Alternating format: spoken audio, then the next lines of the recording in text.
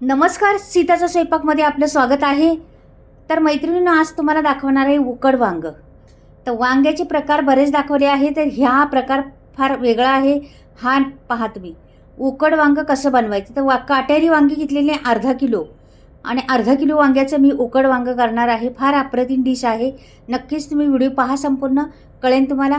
तर उकड वांग कसं बनवणार आहे, कसं उकडणार आहे आणि कसं वांग्याचा मसाला वापरणार आहे, काय घालणार आहे, हे संपूर्ण व्हिडिओ आहे. तर पूर्ण व्हिडिओ पहा तुम्ही, स्किप करू नका. तुमच्या लक्षात मग एखादं जर स्किप झालं तर तुमचं वांगं फसन. म्हणून हे उकड वांग कशा पद्धतीने बनवणार आहे, का उकडणार आहे, ते पण आहे. पूर्ण व्हिडिओ पाहिल्यावर कळेल. तर इथे मी मीठ टाकलेले पाण्यात आणि पाणी घेतलेलं एक भांड्यामध्ये आणि त्याच्यात टाकले मीठ. तर हे वांगी काय करायचं, मी घेतलेले आहेत पाठीमागचं ते काटे बिटे असतात ना, ते जराशे, किंवा देठ भरपूर काही काही मोठे असतात देठ, ते जरासे छोटे करायचे, किंवा त्याचे काटे असतात ते काढून घ्यायचे. खराब असले ते बाहेरचा आकार सगळा काढून घेणार आहे. नंतर मग पहा तुम्ही काय बनते ते. पूर्ण घेते आता काढून मी. हे बघ, असं सहज निघतं, त्याला काही वेळ लागत नाही, सुरीने निघतं सर्व. पटापट अर्धा किलो वांगी, जवळजवळ मी ही डिश करणार आहे 8 ते 7-8 माणसांची डिश करणार आहे. तर ही भरपूर वांगी आहेत माझ्याकडं आणि काटेरी आहेत, पांढरी वांगी आहेत.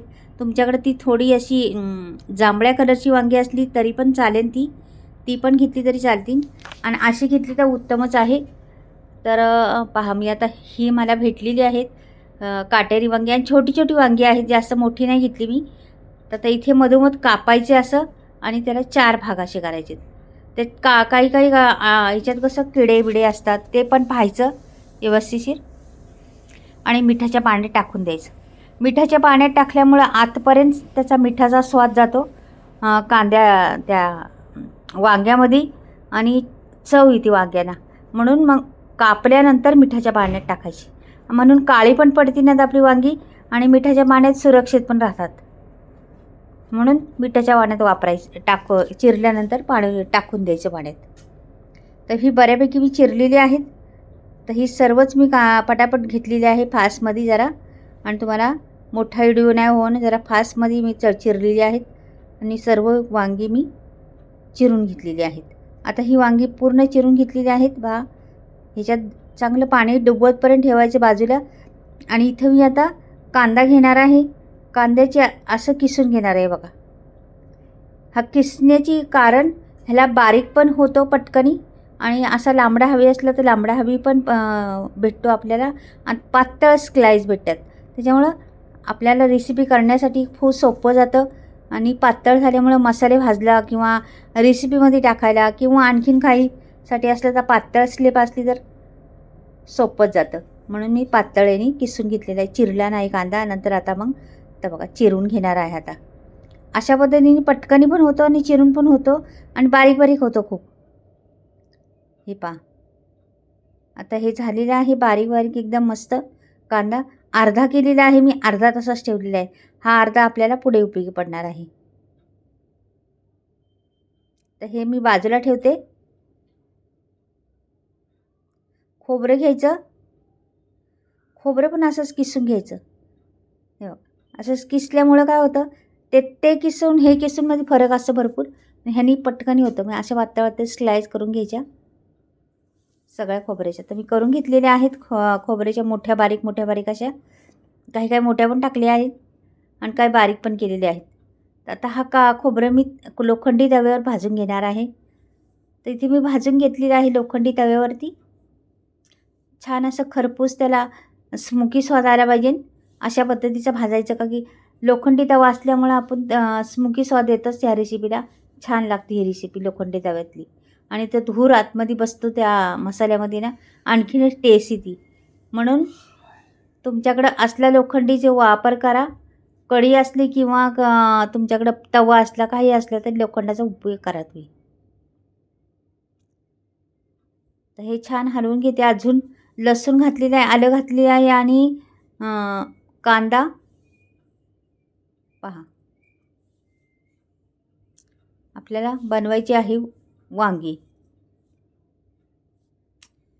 हे बारीक मी जरासं करून घेतलं तर खोबरं, का की खोबरं ह्याच्यात मिक्स केलं, मोठे तुकडे असल्याने तर तसंच राहतात, म्हणून आधीच बारीक करून घ्यायचं. शेंगदाणे घातणार आहे मूठभर,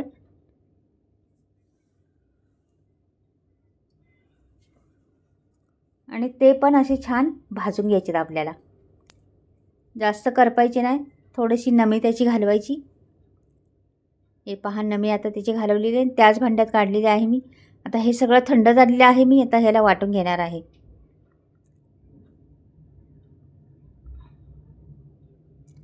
कोथिंबीर घातली मूठभर, आणि हा मसाला वाटलेला आहे ना, हा सोडून दिला याच्यात.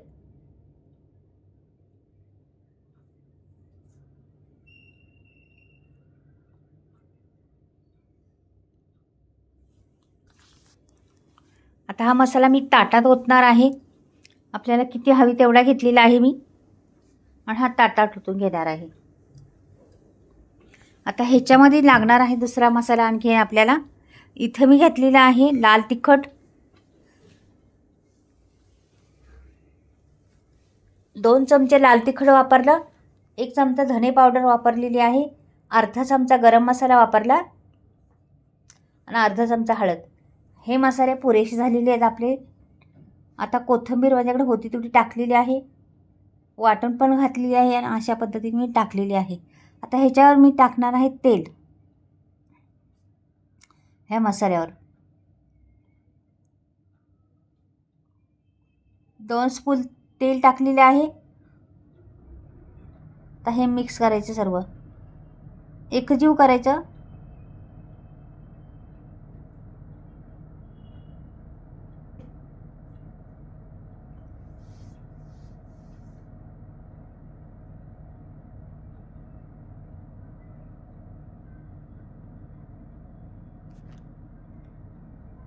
मीठ टाकायचे चवीनुसार,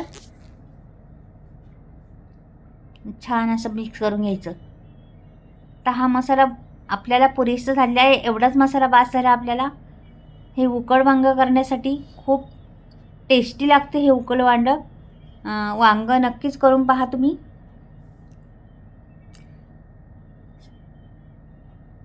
साध्या सोप्या पद्धतीत रेसिपी आहे, नवं शिकावं असतील ते पण करू शकतील अशी.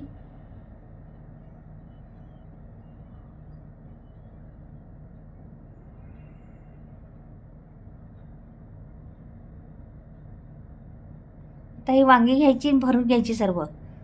तर मसाला पूर्ण भरायचा आहे वांग्यात. तर मीठ पण घातलेलं आहे, पहिलं मीठ होतं ते पण ठेवलेलं आहे त्याच्यात, वांग्यामध्ये ठेवलेलं. हा मसाला सगळा भरून घेते.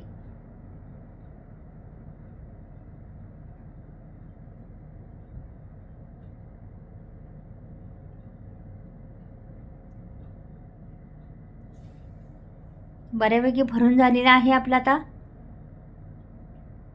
सर्वच काही मी वांगी भरलेली आहे, थोडा मसाला राहणार आहे आपला, तो पुढे उपयोगी पडणार आहे आपल्याला, म्हणून कमी असलं तरी चालेल. आणि हे याच्यात भरल्यामुळं सारण इकडं तिकडं जरासुद्धा जात नाही.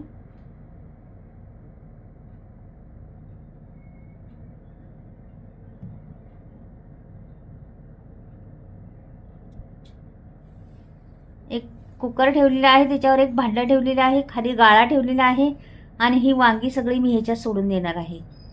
ही भांडं का ठेवलं, चाळण नाही ठेवायची, भांडंच ठेवायचं, का की आपल्याला त्यातलं काही वांग्यांमधले आरक असन, वांग्याचं थोडं तरी पाणी निघतंच वांग्याचं, मग त्याच्याकरता मी एकही थेंब न वापरता अंडी उकडणार आहे, वांगी मी उकडून घेणार आहे.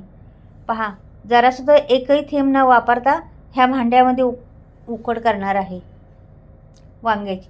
नावच आहे उकड वांग म्हणून. तर अशा पद्धतीने उकड करायची, झाकण लावायचं, आणि 2 शिट्ट्या करायच्या आहेत आपल्याला कुकरच्या. तर हे मी कुकर ठेवते गॅसवरती, आणि ह्याच्या मी 2 शिट्ट्या करून घेणार आहे. तोपर्यंत आपण इकडं पहा, आता हा मसाला उरलेला आहे, हा आपल्याला उपयोगी पडणार आहे पुढे अजून. ते बघा 2 शिट्ट्या झालेल्या आहे, मी वर शिट्टी करून घेते आता.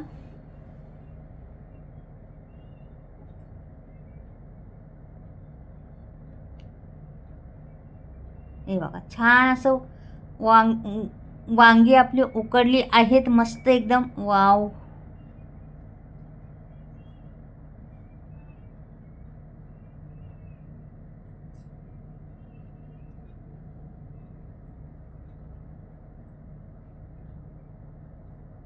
छान अशी झालेली आहेत. आता मी कढई ठेवते वरती. एक कढई ठेवलेली आहे गॅसवरती. एक पळीभर तेल ओतलेले आहे बघा.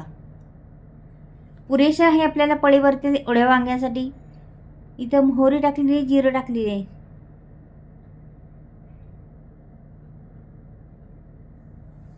छान तो ठेचा वाटलेला आहे ना, तोही सोडून दिला त्यात. जिरं मोहरी टाकून त्यात तडतडले आहे छान, ते पण सोडून दिलं. थोडंसं रंग येण्यासाठी मी लाल तिखट टाकले चिमटीवर.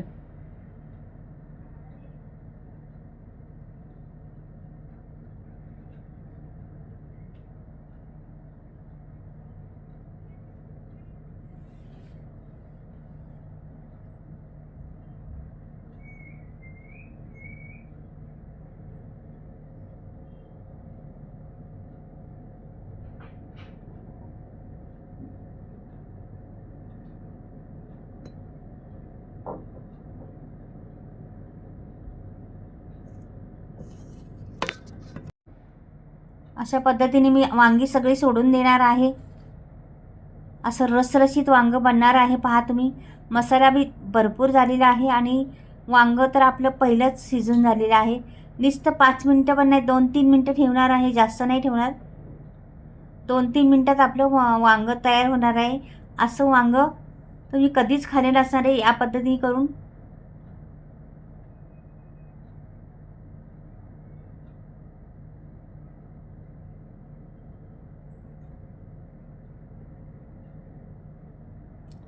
मसाला बी टाकलेला आहे आता मस्त.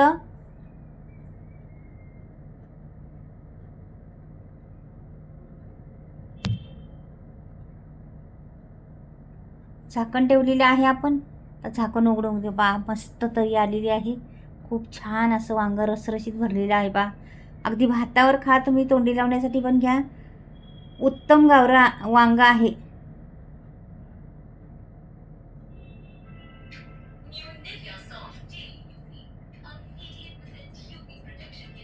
तर मी काढून दाखवते सर्व व्यवस्थिशीर. हे बघा, काढलेलं आता आहे. छान गरमागरम वाप रसरशीत वांगं. हे असं वांगं, उकड वांगं नक्कीच पहा तुम्ही. आवडलं तर लाईक करा आणि सबस्क्राईब करायला विसरू नका. काहीतरी वेगळं करावं, वेगळं 30 वांगे खाऊन कंटाळा आला असला तर नक्कीच हा पद्धत करून पहा. खूप छान आहे, खूप टेस्टी लागते आणि रेसिपी खूप चविष्ट आहे.